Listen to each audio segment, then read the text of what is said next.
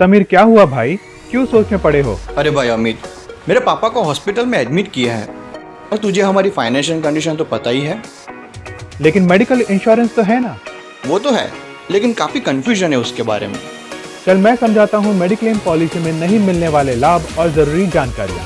पहला, जब भी आप लाइफ में पहली बार मेडिक्लेम ले रहे हैं तब पहले 30 दिन तक आपको एक्सीडेंट के अलावा कोई क्लेम नहीं मिलता। दूसरा, कुछ बीमारियाँ जैसे कि मोतियाबिंदु, piles, kidney stone, appendix, cancer के अलावा किसी भी तरह के ट्यूमर जैसे बीमारियों की ट्रीटमेंट का खर्चा आपको अलग अलग कंपनियों के नियमानुसार 1 से 2 साल तक नहीं मिलता।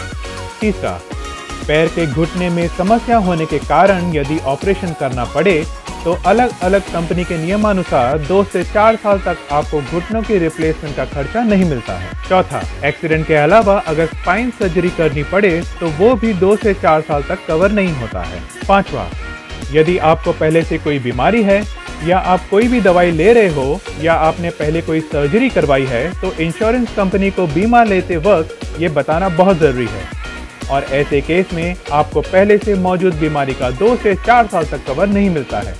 यदि आपने ऐसी कोई बीमारी छुपाई तो हो सकता है कि भविष्य में आपका क्लेम रिजेक्ट हो जाए और इंश्योरेंस कंपनी आपकी पॉलिसी कैंसिल भी कर दे। छठा, आपको हॉस्पिटल में एडमिट होने से पहले आपकी पॉलिसी में रूम की लिमिट और कोई बीमारी की सब लिमिट हो तो वो आपको ध्यान से समझने के बाद ही ट्रीटमेंट करवानी चाहिए जिससे आपका क्लेम पूरा पास हो सके।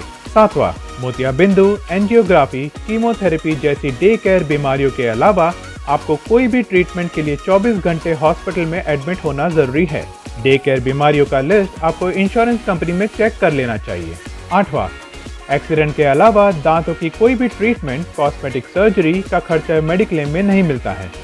नौवां, सेल्फ इंजरी, सुसाइड, HIV या युद्ध के दरमियान इंजरी की ट्रीटमेंट का पैसा भी नहीं मिलता है। 10वां, कुछ छोटे मोटे खर्चे जो नॉन मेडिकल एक्सपेंसेस की कैटेगरी में आते हैं वो भी कवर नहीं होते हैं।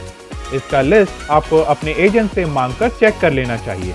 11वां, अलग अलग कंपनी में जेनेरिक डिसऑर्डर के क्लेम के भी अलग रूल होते हैं जिसको पॉलिसी लेने से पहले समझना जरूरी है। तो भाई समीर, अब चिंता छोड़ और पापा का ध्यान रख और ज्यादा जानकारी के लिए या पॉलिसी लेने के लिए आपका प्रोटेक्शन के एक्सपर्ट POS का संपर्क कर ले।